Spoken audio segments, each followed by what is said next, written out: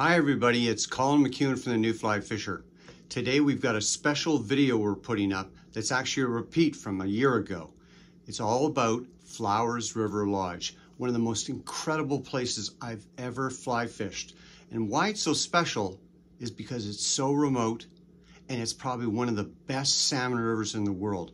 When we put this video up a year ago, it got a huge return, a lot of great comments.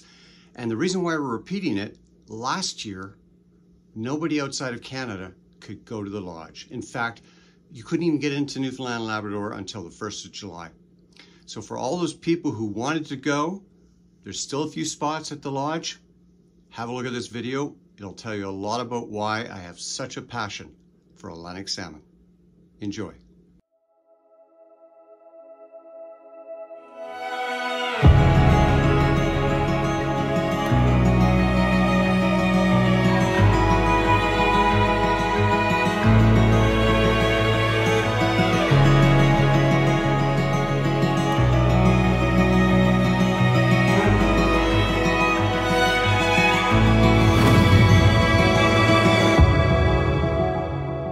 For 20 years, I've had the distinct pleasure of hosting and producing the New Fly Fisher. In those years, I've visited some truly amazing places, but there's one destination that stands out, an incredible land that calls me back year after year. That place? Labrador, known as the Big Land. It's 113,000 square miles of untamed and unspoiled wilderness.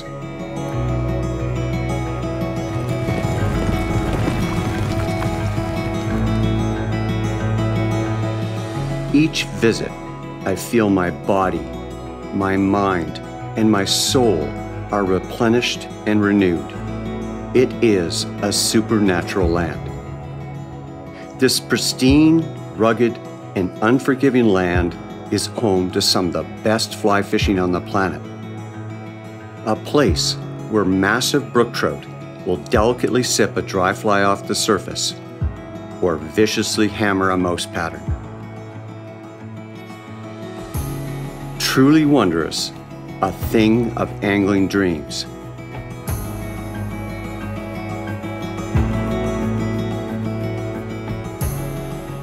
But on this trip, my focus is on a species I genuinely adore and respect. Atlantic salmon. The Atlantic salmon is a defining element of Labrador, representing the very essence of her wild, free-flowing rivers. To watch an Atlantic salmon savagely swirl behind a riffling wet fly, or rise with purpose to a dry fly, are among the most exciting experiences in all fly fishing. Majestic and powerful silver leapers. They captivate, excite, and frustrate, which is all part of their appeal. On this trip to Labrador, I'm returning to a river that I haven't fished in over 14 years. A river that is considered by many hardcore, world-traveling salmon anglers as one of the top waters to cast a fly for the king of game fish. Welcome to Flowers River. Come join me on my adventure to a destination where fly fishing dreams become a reality.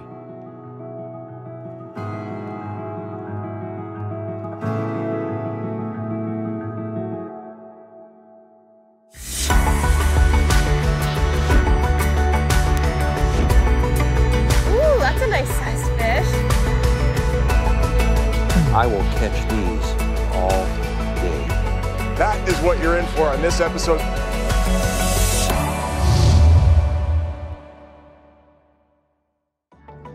The New Fly Fisher is supported by Newfoundland and Labrador Outfitters Association, Orvis Fly Fishing,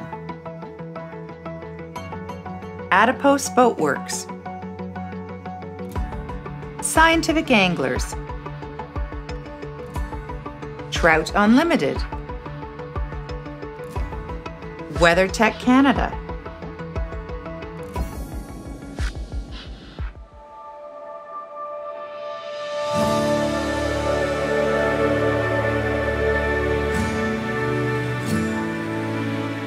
The pursuit of Atlantic salmon is considered by some as the pinnacle of fly fishing.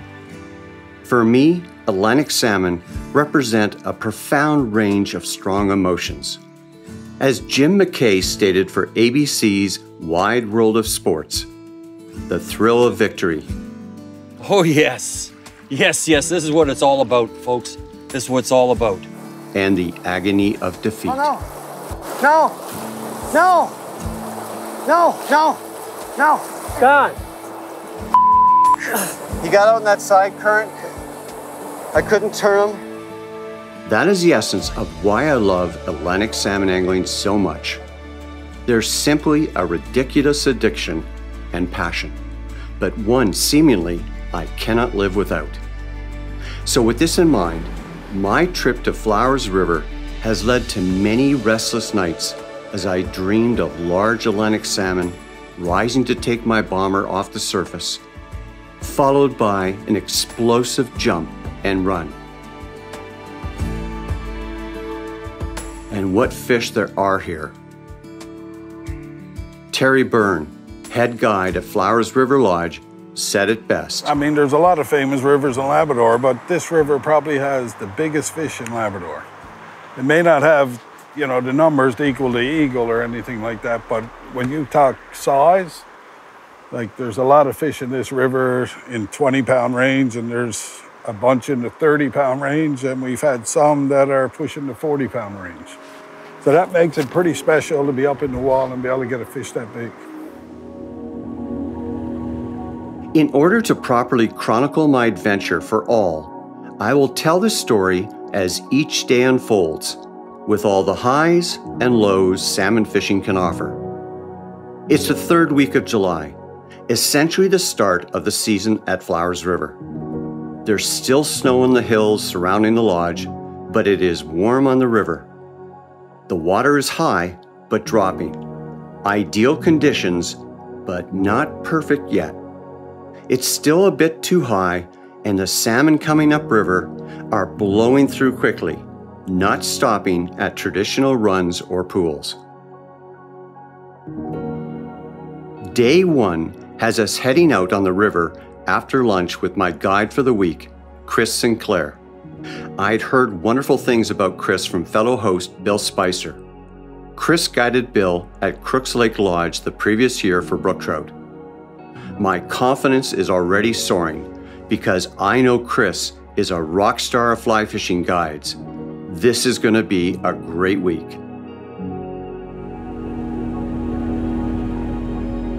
Initially, we stopped and jumped out of a boat to walk and wade a popular run known as Island Pool.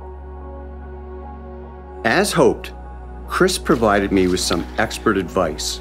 Okay, so this is Island Pool on the Flowers River here. Beautiful run coming off this island. You can fish it quite a bit down and then even in the boat down below here. But the structure in this pool, it's kind of nondescript. It's not traditional like you see in some places in Newfoundland where it's like a rapidy river. These are certain holding spots in the pool.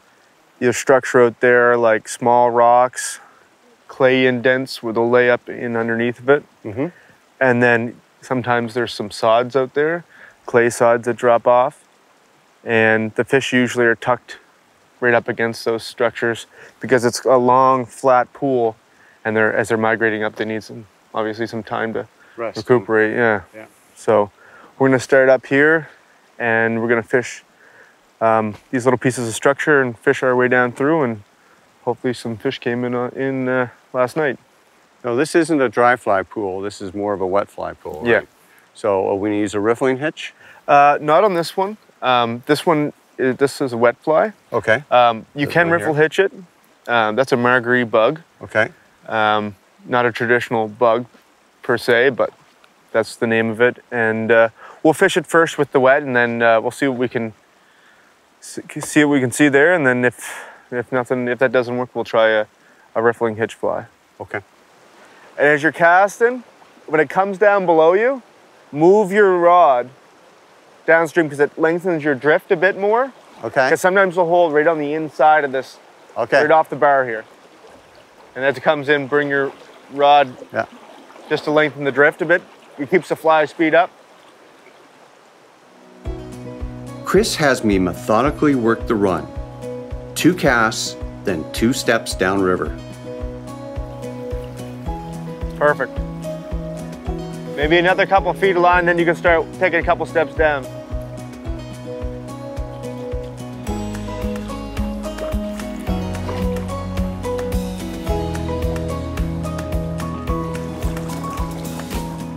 You're in the right spot there, Colin.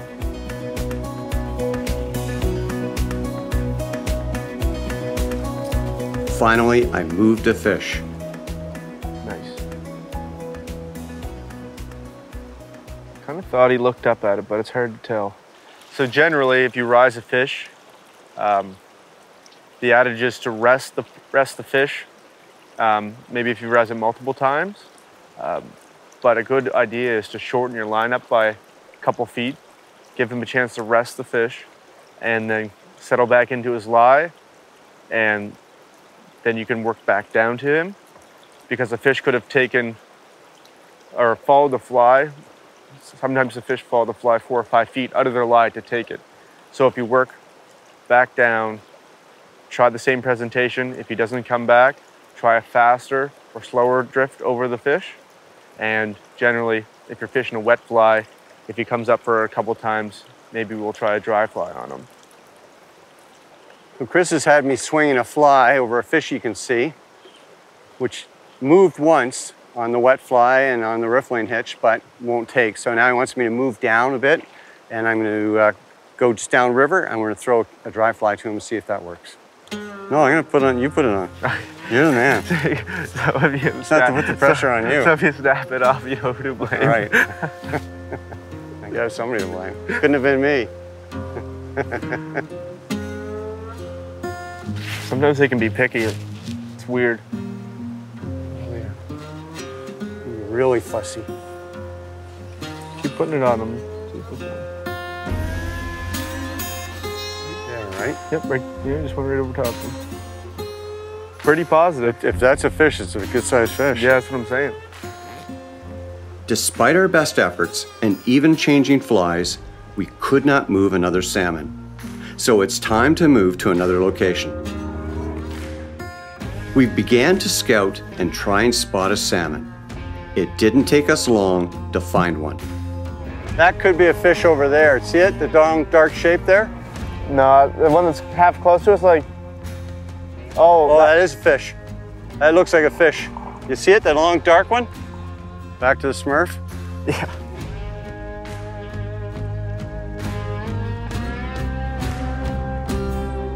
Too short? Just a little bit, but let it drift. No, perfect. Got him! Grills. Nice eat though. Oh, there he goes. Oh! Up and over. Okay. Okay.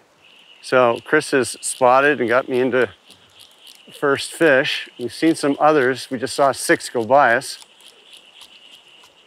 And this guy took on a dry fly, which is absolutely fabulous. Come on, there he is. But nice thing is sometimes when they're jumping like this, they'll get the rest of the fish in the area all worked up, eh? Okay, I'm gonna bring him in quick to you. You ready? Sweet.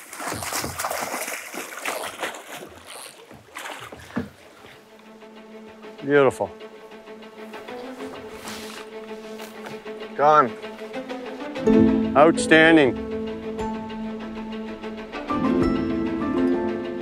Right there, don't move. Right there. How far off? Right there, 2 of them. That's him right there, right? Am I fishing to the right thing? Let me stand up and look. Right there. Got him! Oh, shit, he missed it. Rest him. Yep. Got him.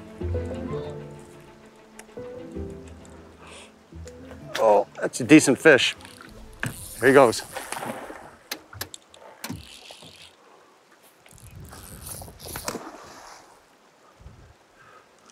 So Chris walked me into this fish. You could see him. I kept going too far or too short, and he helped me a lot on the angle on this fish. And he even said, let's change flies. It was the third fly that worked. He had recommended a tan bomber with orange hackle. Oh, look at that beautiful fish. He's getting ready to go again. He's saying, why am I? He's gonna go in under the boat. Able. Sweet. Nice fish.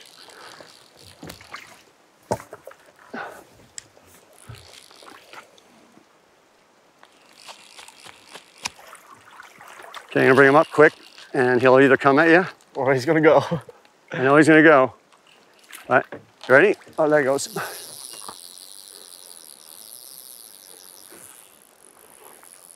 Could go to shore with him, but he's not that big to go to shore with. I got him in the corner of the mouth. You saw it.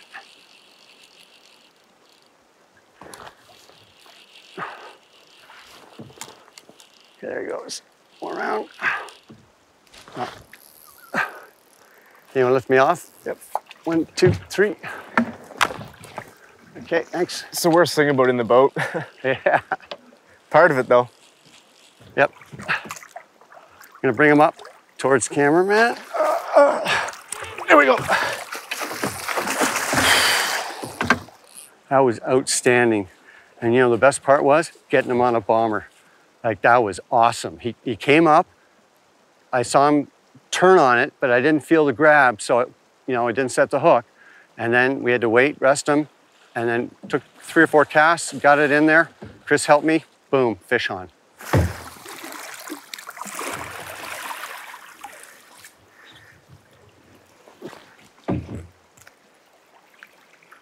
He's going back in, okay?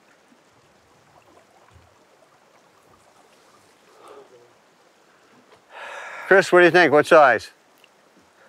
I would say he's about, I don't know, about 10, 11, 12 pounds. Okay.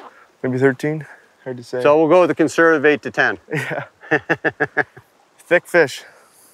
Thank you very much. You did a great job, Chris, walking me in with the bomber on that fly, and there's nothing better than that type of eat.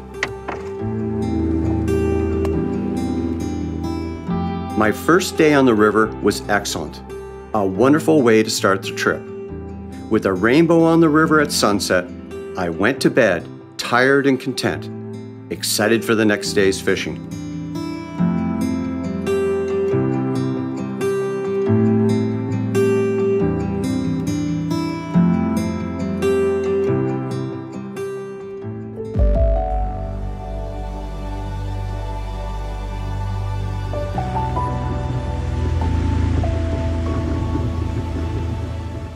My second day at Flowers River is beautiful, sunny, and quite magnificent.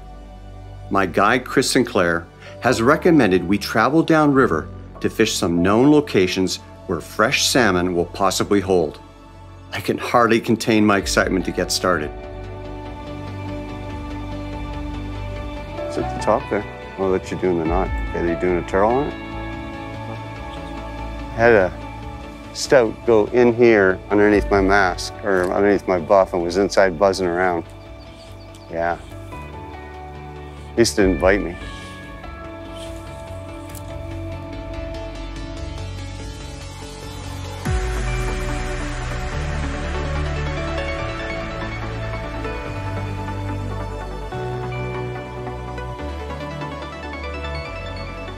On the Flowers River, it's important to be comfortable fishing wet and dry flies for Atlantic salmon. Some pools are fished better with a wet fly, others better with a dry fly. This pool generally is fished with a wet fly, but can be fished with a dry fly if you spot a fish. The best dry flies on the Flowers River are the bee, whether in bug or bomber version, a smurf, which is a blue bomber with white wings, brown hackle, or a black body bomber with black hackle and white wings. Despite our best efforts and Chris's excellent advice, we could not find a holding salmon. The water was high enough that the fish were not stopping, but just continuing upriver. This was one of those days you can expect when salmon fishing. Much like angling for steelhead, muskie, permit, and other challenging species, some days the fish win. But that's part of the allure of Atlantic salmon fishing.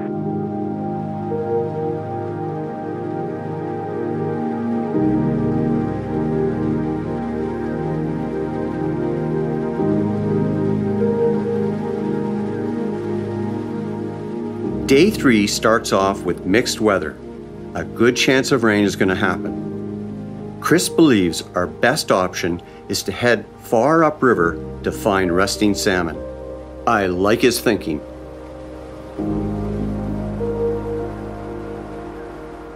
Chris is taking me to Top Pool, a place where salmon will rest after coming through a set of rapids. There's a lot of rocks, boulders, and other structure for the salmon to hold near and rest after their battle through the rapids. Perfect. I'm excited to make my first cast.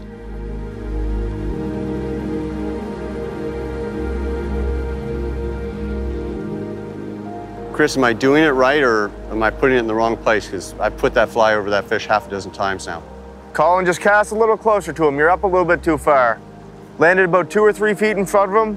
Let it float down and he'll take it, I guarantee it.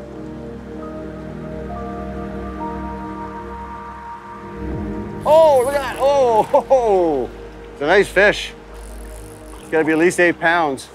But to get this on a little tiny, it's almost like a bug, isn't it? Yeah, it's a, this is a number 8 bee bomber. Bee bomber. Yeah, great fly in the river.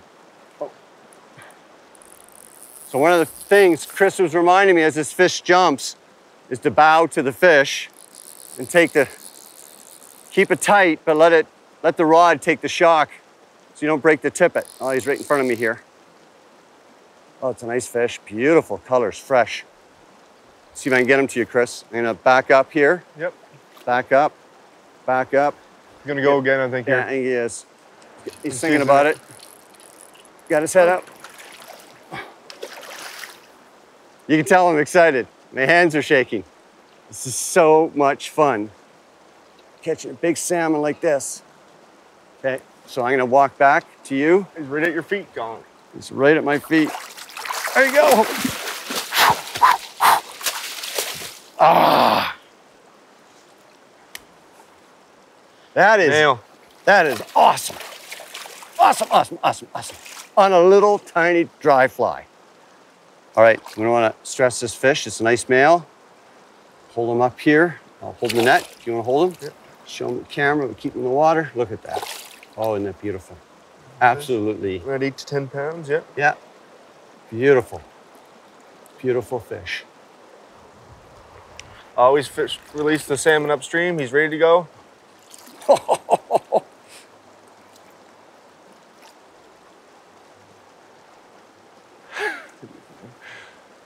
And that is why you come all the way to Labrador. Great job. Flowers River. Another pump there, buddy. Awesome beyond words. Awesome. See that head come up and we're having to work. I mean, there's lots of fish here. They're making us work.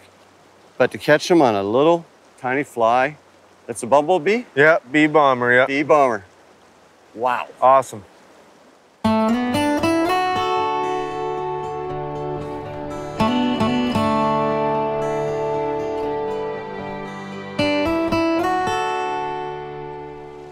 So conditions have changed. When we first got to this pool, it was really good dry fly. Chris was walking me in on fish. It was great.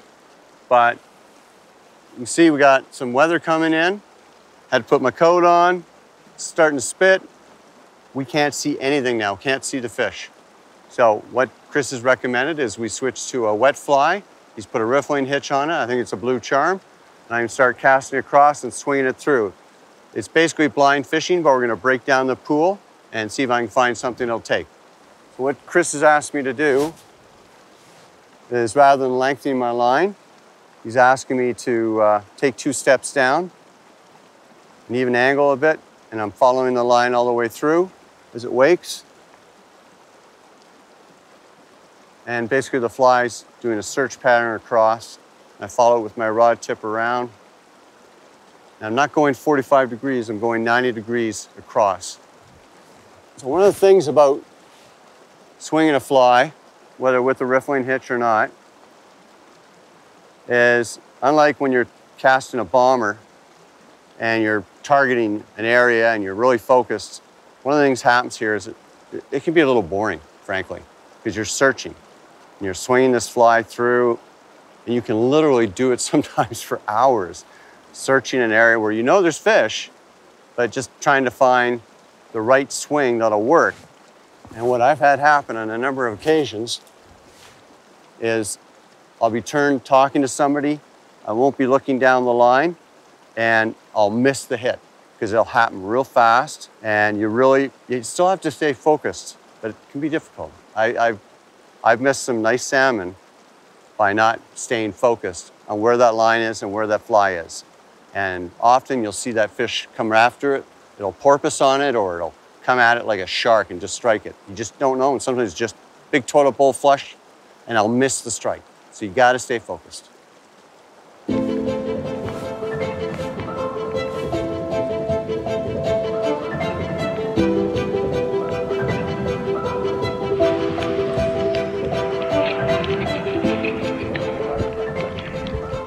Well, I gotta tell you folks, that was really disappointing. The rain came down, we went out in the boat, and I was swinging a wet fly with a riffling hitch, and a fish came, rolled on it. I did a pause 2-3, pulled, set the hook, fought it. Everything was going well. The rain was just hammering down. Camera couldn't use his camera, he's using the GoPro. It was a big fish. Had him up here in the upper pool, I'm fighting him, and we're trying to lift the anchor, and we're having trouble getting it up. Got the motor started. You know how it is, it's just total chaos. And I was fighting him, keeping him in the upper pool, and all of a sudden, he did a run. And went into the backing, started going down river. I held him for a bit, and then he did another couple jerk runs, and he was put so much pressure, and it's only 8 pound, right? We've got to tip it. One of the terrible things, if you don't put your backing on tight enough, and I thought I had my backing on tight enough, it actually dug into the backing. And it locked, snap, gone. I just lost a trophy salmon, like absolute giant, and I've got no one to blame but me. So we're kind of in between blustering bits of rain and crap, and it's just awful.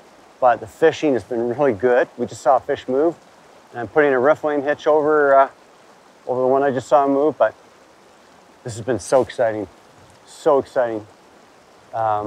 Lots of fish, mostly big fish. And they're liking this bad weather.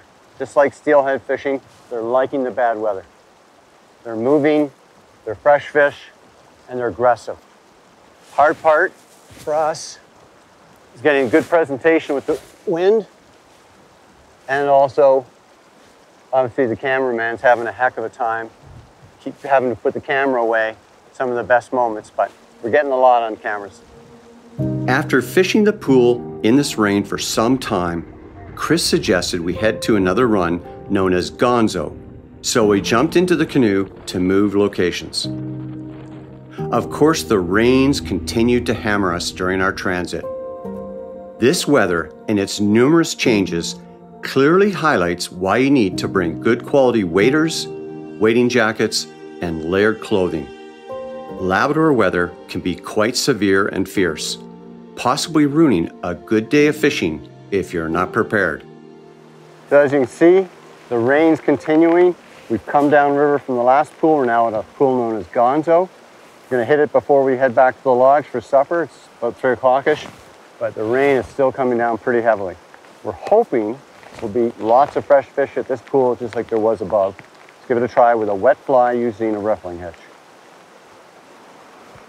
It's an excited fish because I saw him move. That time I got him.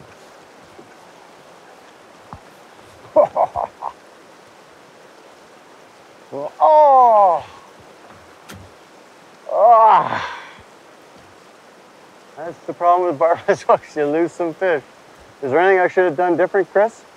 Really hard because he came towards you when you set the hook. Yeah. You did everything you could to keep a tight line on him. We had just left Gonzo Run when suddenly the sky opened up and the sun came back out. Typical Labrador, fast-changing weather with lots of extremes. On our way downriver, I had a chance to stop and speak to some of the guests at the lodge. Nick Coleman and his brother Rob were fishing one of the many runs. You know, it's in terms of expectations versus reality. I find that's always the formula for happiness, you know. And my expectations for coming in here were pretty high because I've had a brother and a couple of people who have come here, and Thierry as well, the head guide, who's been talking about it quite a bit and how good the fishing is. So I find that troubling sometimes when you come into a camp where people are talking about how good it's been, and then I come in here and I see the exact same thing. So, you know, the reality I saw was even better than some of my expectations coming in, which was pretty difficult. But that led to a pretty good trip all around, and you know it continues again here today. I you know go fishing, and in the first pool, an island pool there, I hook into 3 fish within an hour. I mean that's good fishing and that's fun fishing. So one of them was about I don't know, I'll say 16 pounds, but it was probably 12 pounds. Yeah, I have been here a few times. You know, it's days like today that keep bringing you back. You know, it's there's certainly easier rivers in Labrador to fish, but you know, if you want to chase big fish in really unique conditions, then this is the river that kind of keeps bringing you back. You know, it's you can see through the water, I guess, is the big thing. Rather than having that dark stained water on a nice sunny day like today, you can see the big fish kind of sitting on these rocks. And so today, you know, we spent the better part of the morning fishing over some really large fish. And eventually when you see one of those, you know, 20 or 30 pound fish rise for a dry fly, I mean, I don't know where else you can get that, you know, so it keeps me coming back. You know, really the guides on this river make a lot of the difference. You know, when you have people who are, you know, even more passionate about fishing than the guests who are coming here, it makes a big difference because when water changes and water levels change and it's sunny, or if it's the water's dropped and it's warm, I mean, you know, it takes a passionate and experienced, you know, guide to kind of tell you where to go and to look for those fish. I mean, I don't know if it's 20 plus kilometers of river here, and they can be anywhere. So we're here for a short stay, and you don't want to spend those 5 or 6 days trying to learn where they are. It's you know, they really earn their keep here. The guides do at Flowers. If you haven't been to Flowers, I'm going to highly recommend it. It's a beautiful spot. It's great people. It's good food, and it's fantastic fishing. So get yourself to Flowers River. Day 3 was a great deal of fun, despite the heavy rains and my loss of several quality salmon. However, for salmon anglers, tomorrow is another day of eternal hope and determination.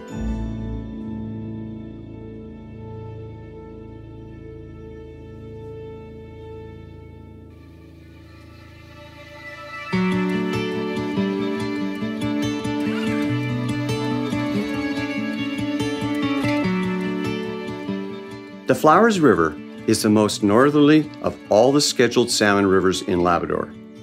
Fish begin to enter the river in early to mid-July and continue to come, based on water conditions, well into September. Unlike many in Labrador, the Flowers is a very low gradient, slow-moving river for the most part. It's an ideal fishery for new anglers who don't have a lot of wading experience, or for elderly fly fishers who still love to wade. Some pools are best fished from one of the rock-steady canoes the lodge uses effectively on the river. The river, unlike most flows in Labrador, is gin clear, which is why sight fishing for salmon is a very common experience. The river is divided into approximately 25 named pools and runs, so there's lots of good water to fish. Access is usually via motorized canoes, but recently, the lodge added a hovercraft to its inventory, which makes getting up and down rapids even easier. Flowers River Lodge is ideally located several miles upriver from the ocean, nestled on the river banks between majestic hills. It was constructed of red cedar logs some 60 years ago and was recently renovated with a kitchen, dining room, and 2 private bedrooms, each with their own ensuite. There are numerous beautiful log cabins for anglers, 2 of which can accommodate 2 anglers each. More recently, a stunning 3-bedroom, 6-person log cabin was just completed, which is absolutely palatial. From solar power to a hovercraft, Flowers River Lodge is constantly updating and improving its services for guests, another reason why it has become so popular with fly fishers from around the world. Day 4 promises to be another mixed bag of sun and rain, but I don't care. There's fresh salmon coming up the river, and I can hardly wait to get on the water and cast.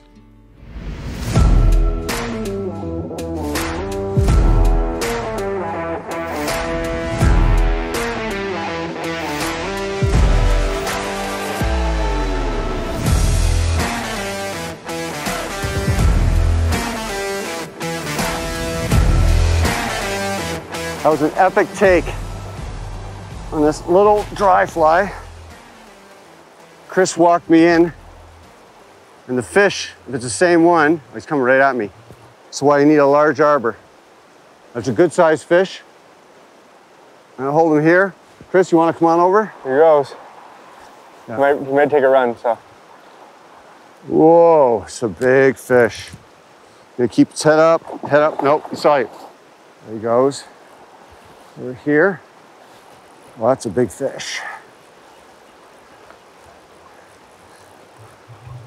Okay, I'm gonna go this way. Put the head up. Good job. That is an absolutely beautiful Atlantic salmon. Look at how fresh it is. And what do you think it is? Maybe 15 pounds? Over 15 for sure. 15 to 18, in that range? Yeah. Beautiful. Ready to go. Yeah, ready to go. Long journey from the ocean. That's conservative 15 to 18 pounds. That's a nice fish. Yeah, it might be 20. Thank you. Like I said, I like to go conservative. Yeah. So no, your lips swollen up some bad, brother. I know. Should take you to get a photo of my lip. So one of the things about coming to Labrador you have to prepare yourself for, first is the weather. It can go up and down. It can be, as you can see, there's snow in the mountains here. It can be hot, it can be cold. And today we've had rain. It's at least been decently warm. The other thing you have to prepare yourself for, that you bring in your bag, is bug spray. Now I'm wearing a buff, and that's helped me with the insects as well as keeping the sun off me. But unfortunately, it didn't do everything because I didn't put the bug spray close enough. You can see my lips all puffed out. And either a black fly or mosquito got in there and walloped me. And I'm gonna get some Benadryl and that'll help take it down. But the key is, come prepared.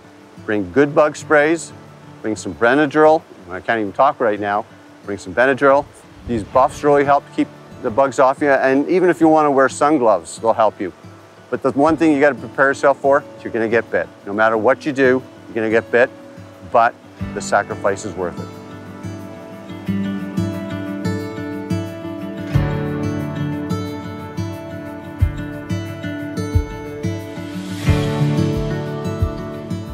So traditionally, Atlantic salmon on the East Coast has been fished with a down and across presentation, whether that be dry fly or wet fly.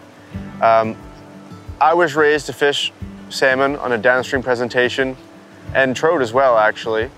But the key point is to present that fly first down to the fish rather than seeing a line or leader.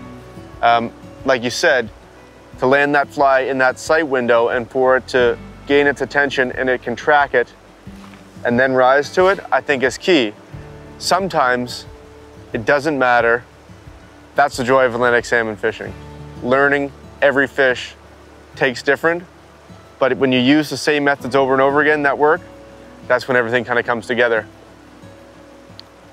It's the same kind of thing when you're casting like a 45-degree angle with a wet fly, and here we cast more towards like a 90 degree, so it swings. And it depends on the run too. Like here, you cast, depends on the speed of the water. What angle you cast your wet fly on for it to riffle hitch properly depends on your speed of the water.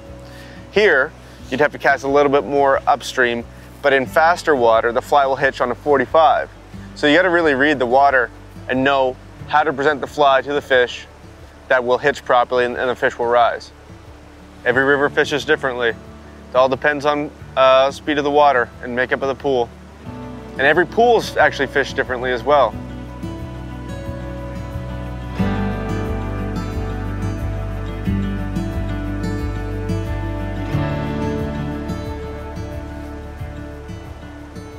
Yep. He didn't take it. So we're kind of juiced. Sun's come out. It's windy. Kind of difficult to do topwater right now. So Chris had me go to a riffling hitch, swing a wet fly. I just moved a fish over here. I saw the roll on it, but he didn't take the fly. I didn't feel the weight, so I didn't set the hook. So Chris is now having me methodically take 3 inches off, and we're working back into that fish to see if we can get it to take again. The wind's swinging This it around. could be it. Oh, we're starting to move. Oh, He rolled at it. Oh, he didn't like it. He moved again. Finally, we had to call it a day and head back to the lodge. I landed one big fish and lost numerous others. It's just one of those days.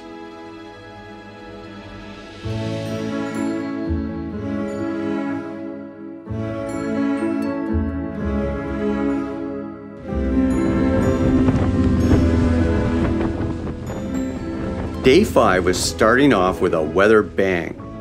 Multiple fronts were coming through the valley, bringing heavy rain and winds. But both Chris and I felt it was magic time for the salmon. And it turned out we were so right.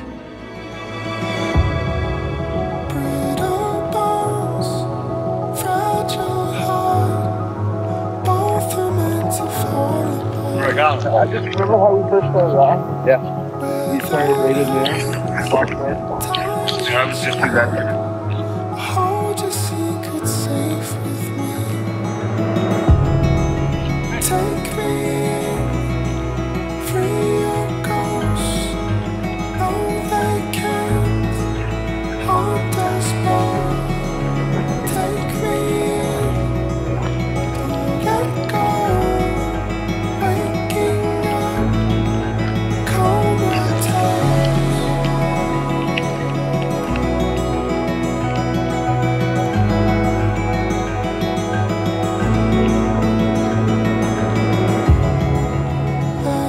You don't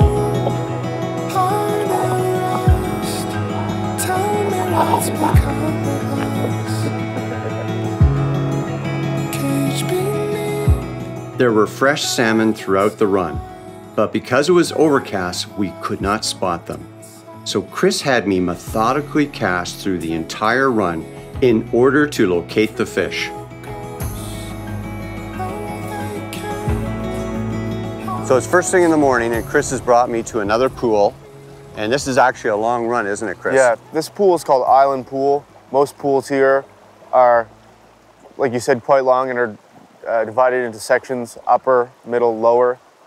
In this case, this is Upper Island Pool, and we're fishing over some divots in the clay, and there's some fish here, so hopefully we'll pick up one. I've made 2 casts, and I just moved a fish. So we kind of paused. We're gonna regroup here because I want to make sure I get this fish. Best thing to do when I move a fish, shorten up or just give it a pause and then go again. Yep. And basically we're just swinging a fly through here, and I'm using a wet fly. I'm not using a riffling hitch. I'm not using a bomber. This time I'm using a wet fly. What am I using? You're using a green machine. It's a size 6, and you can fish a green machine dry, but in this case, we're fishing it wet and swinging it at a 45-degree angle downstream and letting it swing all the way through. Cast, step, repeat process. What happened over the next few hours was almost surreal, and certainly made up for the slow days this week when the fishing was good, but not spectacular. Today was to be a super spectacular one. The salmon were coming through the run and were very aggressive. Whether it was a wet fly and a riffling hitch, or a bomber drifted, the salmon went crazy, and visually it was so exciting.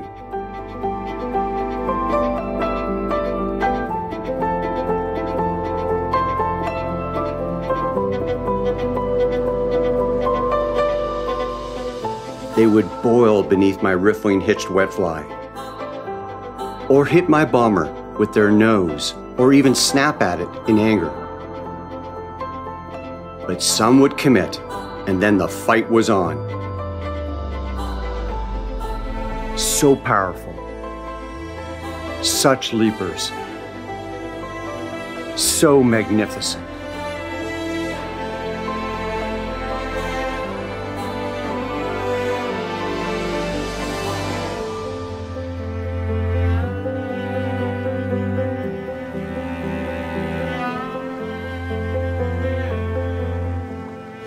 There he goes. Wanted to make sure he took. That's not girls.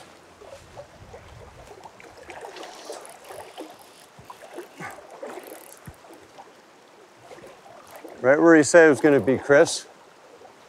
Right by that rock out there. Yep. Nice. It's almost right beside me now.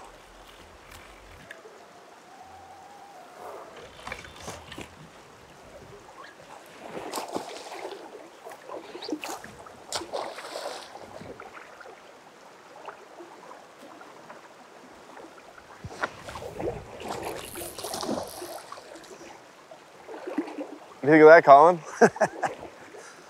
We rose him a couple times, didn't we? Yeah, we did. Bright chrome. Say about an 8-pounder, yep. 6 to 8 pounder. Yeah, I would say that. Just a little bit bigger than a grills. Doing a great job fighting this fish, Colin. All right. Fly's already popped out. Thank you. Fly's going? Yeah. And if you don't mind, I'm gonna cut this fish upstream. Right out like that. Look at that. Beautiful. It's already ready to go. Now let it go. Awesome.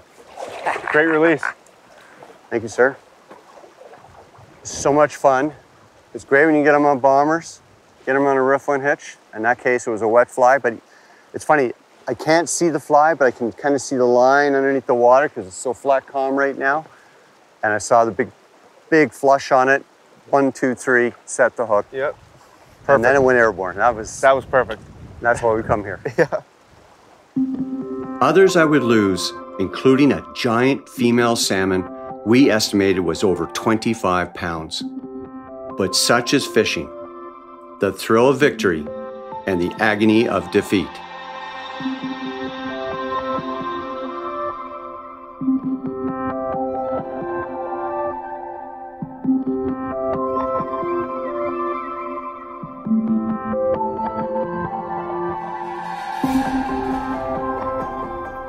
The flies that worked the magic on the Flowers River salmon were a unique blend of seasoned favorites and inventive new patterns. For topwater offerings, we used the Blue Smurf, Natural Orange Hackle Bomber, and the Bee Bomber. The Bee Bomber was unquestionably our #1 producer over the week and certainly our guide's top choice. For wet flies, swung with a riffling hitch, our best patterns were the Blunder Taker, the Green Butt Blue Charm, and the Marguerite Bug fished best. Each of these patterns worked well depending on light conditions and the mood of the salmon.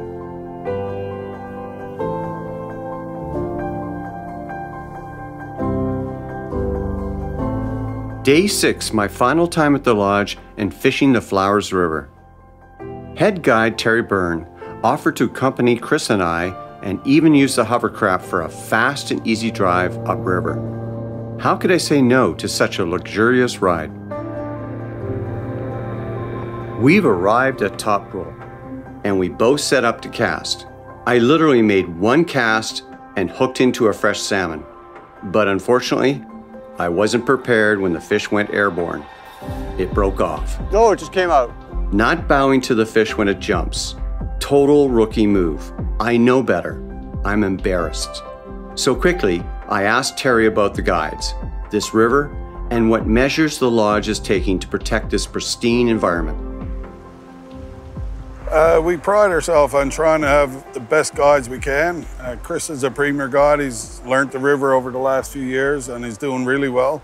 But we can help, our guides are good enough, we can help anyone from a novice angler to a guide who's been at it for years. Like, we can put you on fish, they'll give you little tips and techniques if you need it, and they'll work with no matter who you are, they'll work with it to make your experience even better before the week is over. Now, in terms of Flowers Lodge, I mean, it's just incredible. There's literally millions of dollars been spent on this place to make it what it is, and it's still in progress right now. Mm-hmm. So how many people can come here? How many anglers can you take at a time? What's a comfortable size number of anglers? We take 12 guests every 6 days. And we've got all new accommodations. Really, the only thing we have left from the original owner is the main lodge. And we've converted that. That used to have 3 double rooms. And we've now converted it to just 2 single rooms with their own ensuite. And we've got a new 6-person lodge built and 2 smaller cabins that sleep 2 individually.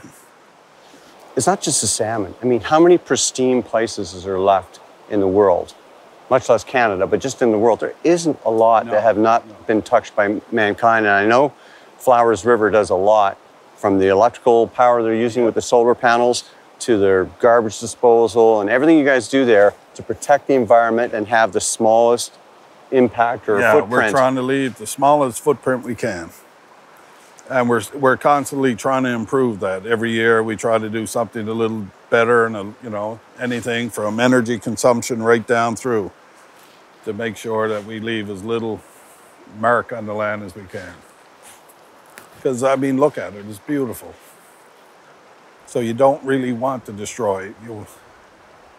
The longer it can stay like this, the better.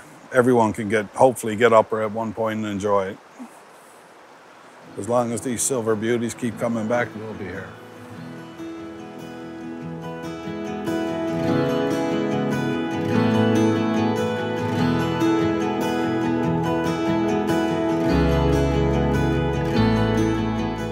As the day wanes on, Terry leaves us, and I jump at the opportunity to continue fishing with Chris Sinclair one more time before the end of my trip.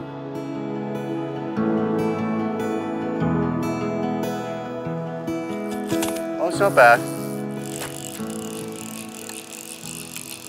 So it's about 5 o'clock.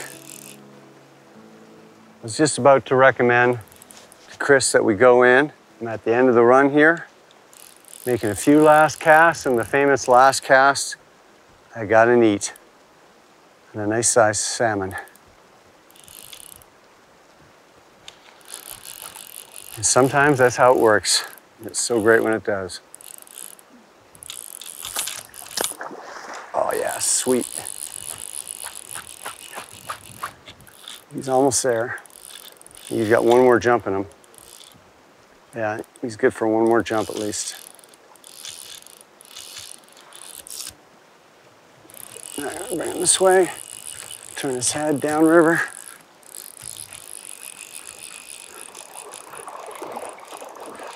There he is. Oh, he saw you.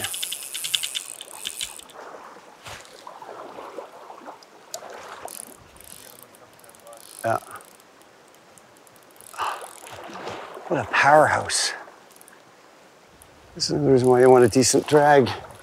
Okay, so I'm gonna come back up. Turn him, turn him, turn him, turn him, turn him, turn him. Don't chase him, don't chase him. Okay, here he comes. Head up.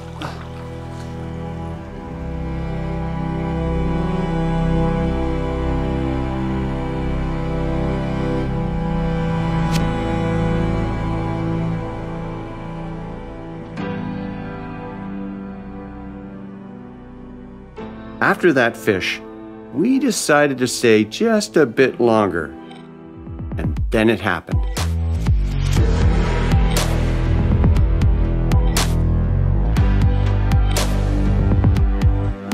Well, that was an incredible take. And I think it's a decent fish. I haven't seen it yet. There it goes. Oh yeah, it's a big fish. Big fish. Uh-oh, he's trying to get downriver. No. Oh.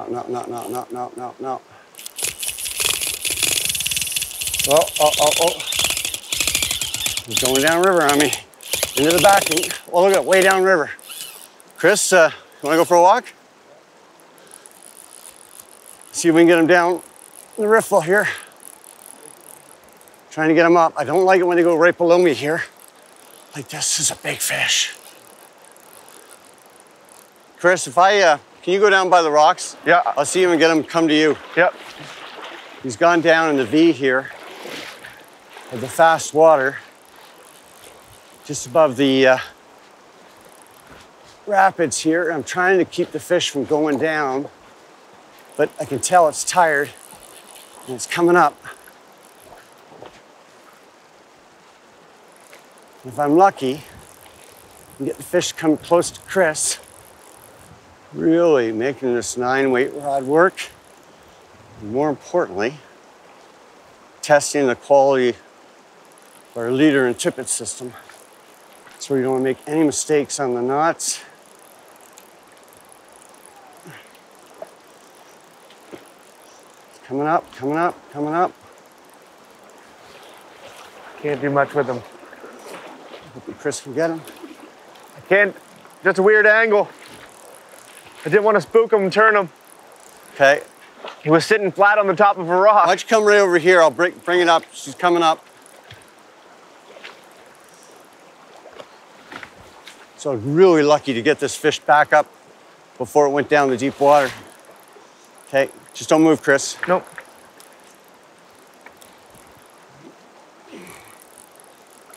Just got this little bomber in its mouth. Barbless, it's like everything's against us. But go like this.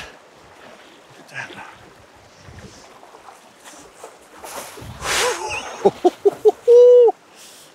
That's a nice fish. I couldn't dip him on that rock, brother. Oh. Good job. Oh, on a little tiny bomber. Look at this salmon. Nice erect dorsal fin. Means it's healthy. Oh, what a beautiful salmon. Unbelievable. Yeah, exactly. And eat that little bomber. This is why we come to Labrador.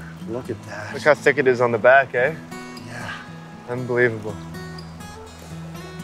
Outstanding fish.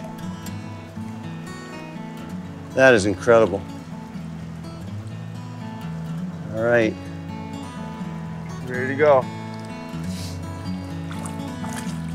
Ah, well done. Give me a pump. Awesome. Had a great week here, and thank you very much, Chris. No worries. I hope everyone gets a chance to come to Flowers River here in Labrador. Labrador is an incredible place, but this salmon fishing and to see a big fish come up and eat little bombers, it's going to test your skills and your patience. Yeah. And they're going to drive you crazy, and it's so much fun, and you're going to get burned, you can get your butt kicked, but you can have a great time. Rob's here at the New Fly Fisher. Thanks for joining us, and we'll see you soon. The New Fly Fisher is supported by Newfoundland and Labrador Outfitters Association, Orvis Fly Fishing, Adipose Boat Works,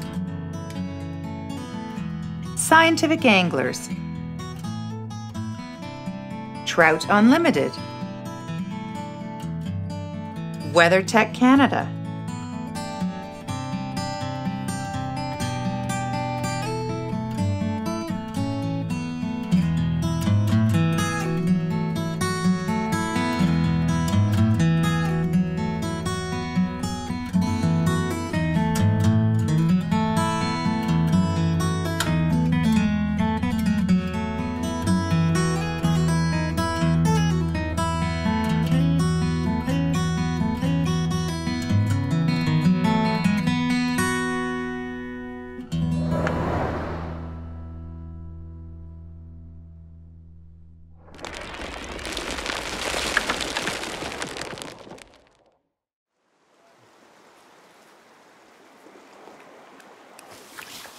That'll be incredible. For you, Ryan.